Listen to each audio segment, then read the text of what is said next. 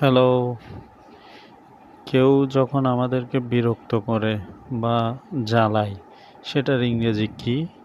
সেটার ইংরেজি হচ্ছে বেজার, ইরিটেট বা টিজ, অর্থাৎ জ্বালাতন করা বা বিরক্ত করা। এখন কেউ যদি তোমাকে জ্বালাতন করে, তখন সেটাকে তুমি বলতে পারো ডোন্ট বেজার অথবা ডোন্ট বেজার মি, যার অর্থ হচ্ছে আমাকে জ্বালাতন করিও না। আর একটা উদাহরণ দেখি, ছোট তিন্নি সব সময় খেলনা কিনে দিতে বিরক্ত করে। এটাকে ইংরেজিতে কিভাবে বলবে?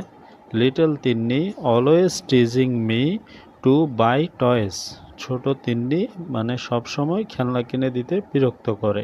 এখানে টিজিং দিয়ে বিরক্ত করাটা বোঝানো হচ্ছে।